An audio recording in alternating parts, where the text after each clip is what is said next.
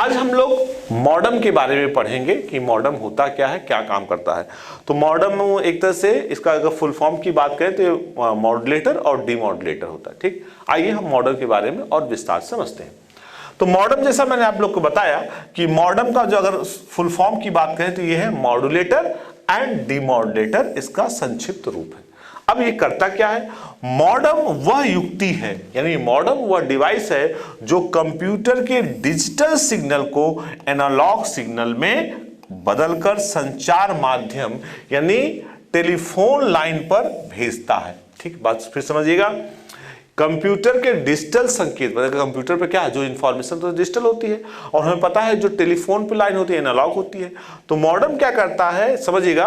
Modem जो है computer के डिजिटल सिग्नल को एनालॉग सिग्नल पर बदलकर संचार यानी टेलीफोन लाइन पे भेजता है तथा आने वाले एनालॉग सिग्नल को, अब चूंकि टेलीफोन से जब आएगा तो वो एनालॉग रहेगा, आने वाले एनालॉग सिग्नल को डिजिटल में बदलकर उसे कंप्यूटर के प्रयोग के योग्य बनाता है। तो इसीलिए इसे मॉड्यूलेटर एंड डीमॉड्यूलेटर कहते हैं। यानी जब हमारा कंप्यूटर है वो टेलीफोन इंटरनेट से टेलीफोन लाइन से जुड़ा है, हम सभी लोग जानते हैं कि जो हमारा टेलीफोन लाइन है वो एनालॉग सिग्नल पे काम करता है और जो हमारा कंप्यूटर है वो डिजिटल पे काम करता है।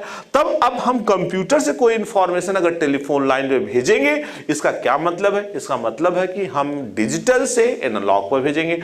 तो चूंकि अब डिजिटल है उसको एनालॉग में कन्वर्ट कौन करेगा? मॉडेम करेगा। फिर अगर हम टेलीफोन लाइन से कोई डेटा कंप्यूटर पे आ रहा है यानी एनालॉग से डिजिटल पे आ रहा है, ये कौन करेगा? ये मॉडेम ही करेगा। तो मॉडेम का काम है एनालॉग को डिजिटल में कन्वर्ट करना और डिजिटल को एनालॉग में कन्वर्ट करना। क्यों करना भाई? क्योंकि हम सभी लोग जानते हैं कि भाई एनालॉग अलग सिग्नल है और डिजिटल अलग सिग्नल है, तो इसलिए और कंप्यूटर डिजिटल पे काम करता है और जो हमारी टेलीफोन लाइन से एनालॉग पे काम करती। ठीक, तो कंप्यूटर कि जो हम लोग बात कर रहे थे, कंप्यूटर डिजिटल संकेतों यानी डिजिटल सिग्नल उत्पन्न करता है। कंप्यूटर क्या करता है? डिजिटल सिग्नल को जनरेट करता है। जबकि संचार माध्यम की अगर हम लोग बात करें यानी टेलीफोन लाइन पर केवल एनालॉग संकेत, एनालॉग सिग्नल भेजा जा सकता है। टेलीफोन लाइन पर केवल हम एनालॉग सिग्नल ही भेज सकते हैं। तो डिजिटल सिग्नल को एनालॉग सिग्नल में बदलने की प्रक्रिया को क्या कहते हैं? मॉड्यूलेशन कहते हैं। डिजिटल सिग्नल को एनालॉग में बदलने की प्रक्रिया को मॉड्यूलेशन कहते हैं तथा एनालॉग सिग्नल को डिजिटल में बदलने की प्रक्रिया क्या कहते हैं? डीमॉड्यूलेशन।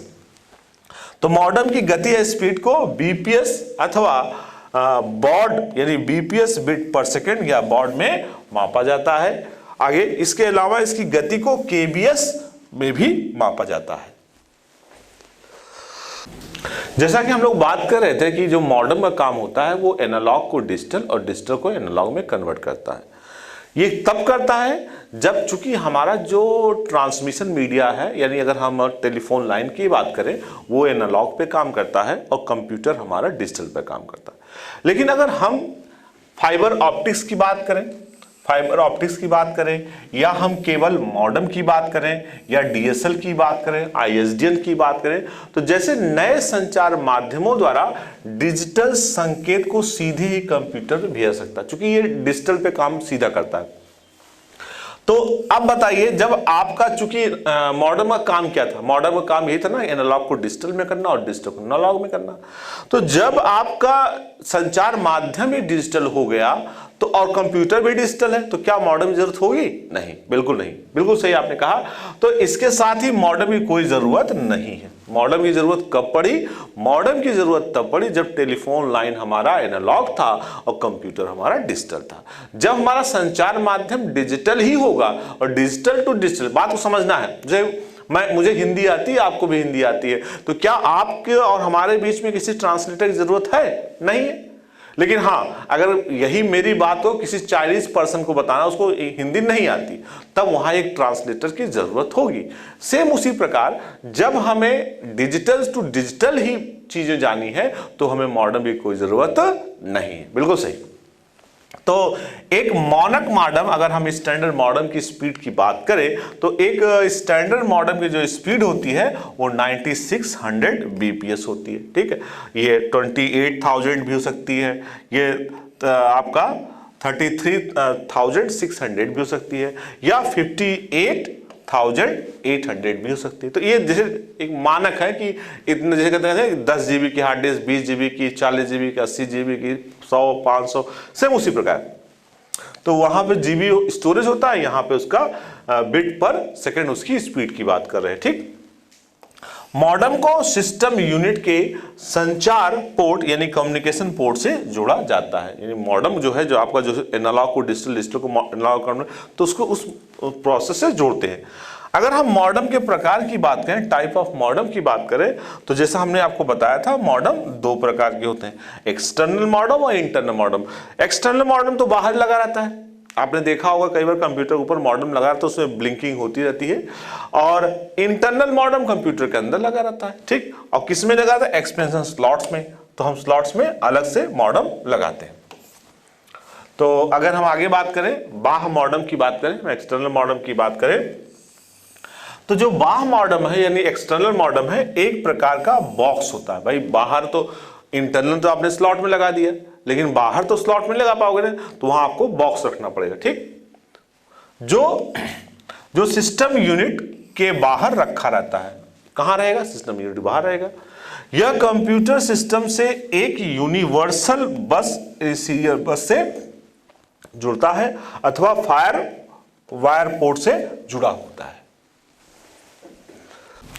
तो अब हम लोग इंटरनल मॉडेम की बात करेंगे, एक्सटर्नल मॉडेम की बात। तो इंटरनल, जैसे नाम ही है कि इंटरनल है, तो ये कंप्यूटर के अंदर लगा होगा। यह एक प्रकार का सर्किट बोर्ड होता है। ठीक है, इंटरनल मॉडेम एक प्रकार का सर्किट बोर्ड होता है जो सिस्टम यूनिट के विस्तारक स्लॉट यानी एक्सपेंशन स्लॉट में लगाया जाता है, उसके एक्सपेंशन स्लॉट में हम लगाते हैं। आंतरिक मॉडेम, इंटरनल मॉडेम डेस्कटॉप पर स्थान नहीं घेरता, क्योंकि भाई इंटरनल मॉडेम में तो सीपीयू को अंदर ही लगा रहेगा, सीपीयू बॉक्स के अंदर लगा रहेगा, तो कोई स्पेस नहीं लेगा। आगे अगर हम बात करें कि क्लासिफिकेशन की, classification of computer network based on transmission technology, हम बात करें किसकी बात करें? Classification of computer network. ये कंप्यूटर नेटवर्क किसके आधार पर? ट्रांसमिशन टेक्नोलॉजी के आधार पर। तो हम लोग बात करें पारेषण तकनीकी के आधार पर कंप्यूटर नेटवर्क का वर्गीकरण। ठीक, तो अगर हम पारेषण तकनीक यानी ट्रांसमिशन टेक्नोलॉजी के आधार पर कंप्यूटर नेटवर्क को हम लोग दो श्रेणियों में बांट सकते हैं। कितनी श्रेणियों में बांट सकते हैं? अगर हम लोग ट्रांसमिशन टेक्नोलॉजी बांटना चाहें तो कंप्यूटर को, नेटवर्क को दो भागों में डिवाइड कर सकते हैं। कौन कौन सा? एक तो है ब्रॉडकास्ट। ब्रॉडकास्ट मतलब होता है कि हमने इंफॉर्मेशन भेज दिया, अब कितने लोगों को मिल रहा है वो हमसे मतलब नहीं, हमने ब्रॉडकास्ट कर दिया। ठीक, जैसे टेलीविजन में न्यूज आ रहा हो, आपका रेडियो में न्यूज आ रहा है, तो ये सब क्या? ब्रॉडकास्ट होते हैं। ठीक, दूसरा है बिंदु से बिंदु यानी पॉइंट टू पॉइंट नेटवर्क, मतलब एक से एक पर। तो आइए अब हम समझते हैं, पहले ब्रॉडकास्ट नेटवर्क की हम लोग बात करें। तो ब्रॉडकास्ट, जैसे मैंने आपने बताया कि इसमें एकल यानी सिंगल संचार चैनल, कम्युनिकेशन चैनल होता है जिसे नेटवर्क पर सभी मशीनों, ठीक है, सभी मशीन्स द्वारा साझा शेयर किया सकता है। यानी उसमें जितने भी मशीन होंगे सब पर हम उसको क्या कर सकते हैं? शेयर कर सकते हैं। तो इसको आइए एक डायग्राम समझते हैं। ठीक है, जैसे कि ये आपका नोड है, 1 है, 2 है, n है। तो यानी इसमें क्या होगा? यानी जितने भी होंगे, हमने इंफॉर्मेशन दे दिया, जितने भी होंगे सब पर वो जाएगा। ठीक, तो प्रसारण नेटवर्क में एकल सेंडर एक साथ कई रिसीवर को संदेश भेज सकता है। यानी वहां से टेलीकास्ट हुआ टेलीविजन पे, तो जितने भी जिसके पास टेलीविजन होगा और वो चैनल होगा वो रिसीव कर लेगा। जैसे टेलीविजन, देखिए इसमें बताया भी गया, जैसे टेलीविजन और सार्वजनिक रेडियो प्रसारण सिस्टम आदि। टेलीविजन पे भी कोई चीज आई तो जितने भी लोग कनेक्टेड सबके पास आ जाएगा। इसी तरह रेडियो पर भी करेंगे तो सबके पास आ जाएगा। ठीक, ठीक है, इसमें देखिए ये आपका डायग्राम में दिखा रहे हैं सैटेलाइट का इस्तेमाल किस प्रकार किया जाता है। ठीक है, सीधे सैटेलाइट से हम कैसे इंफॉर्मेशन को प्राप्त करते हैं। ठीक, दूसरा है आपका बिंदु से बिंदु नेटवर्क यानी पॉइंट टू पॉइंट नेटवर्क। तो अगर पॉइंट टू पॉइंट नेटवर्क की बात करें तो बिंदु से जो बिंदु नेटवर्क है, प्रत्येक जोड़ी computer, each pair of computer के लिए अलग अलग संचार चैनल यानी कम्युनिकेशन चैनल प्रदान करता है। हर कंप्यूटर के लिए अलग अलग संचार चैनल प्रदान करता है।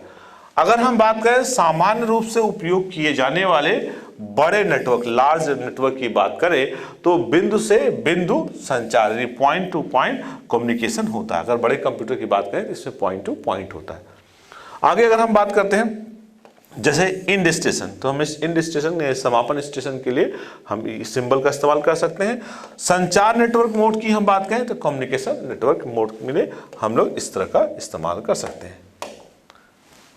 आगे हम लोग और देखते हैं, जैसे देखिए इसमें हर नोड है, हर नोड अलग अलग पॉइंट टू पॉइंट जुड़ा हुआ है। जैसे वहां पे ब्रॉडकास्ट में क्या हुआ था कि एक कर दिया गया, पूरा ब्रॉडकास्ट हो गया, इसमें क्या किया, पॉइंट टू पॉइंट किया गया। आगे परीक्षा से संबंधित कुछ चीजें हैं, उनके बारे में समझ लेते हैं। जैसे कि इंटरनेट जैसे सार्वजनिक नेटवर्क पर सुरक्षित निजी कनेक्शन स्थापित करने के लिए उपयोग किया जाता है। तो अगर निजी कंप्यूटर नेटवर्क की बात करें तो हम लोग वीपीएन करते हैं। क्या करते हैं, वीपीएन यानी वर्चुअल प्राइवेट नेटवर्क की बात करते हैं। आगे है समान प्रोटोकॉल वाले नेटवर्क जोड़ने के लिए प्रयोग किया जाता है, राउटर का इस्तेमाल करते हैं। Router, hub, switch, gateway, repeaters connecting device है। ओएसआई का पूर्ण नाम क्या है, ओपन सिस्टम इंटरकनेक्शन। ओएसआई का पूर्ण रूप होता है ओपन सिस्टम इंटरकनेक्शन। तो हम लोग पढ़ रहे थे कि ओएसआई का पूरा नाम क्या है, तो हम जान सकते हैं कि ओएसआई का फुल फॉर्म की अगर हम लोग बात करें तो ओपन सिस्टम इंटरकनेक्शन की बात होती है। आगे हम लोग देखते हैं कि डिजिटल सर्टिफिकेट के परिप्रेक्ष्य में एसएसएल का अर्थ क्या है। तो अगर हम एसएसएल की बात करें तो एसएसएल जो है सिक्योरिटी लेयर की बात करता है, इसमें सिक्योरिटी की बात होती है। आजकल काफ़ी वेबसाइट्स आप देखेंगे तो उसमें पूछता है कि एसएसएल है या नहीं है।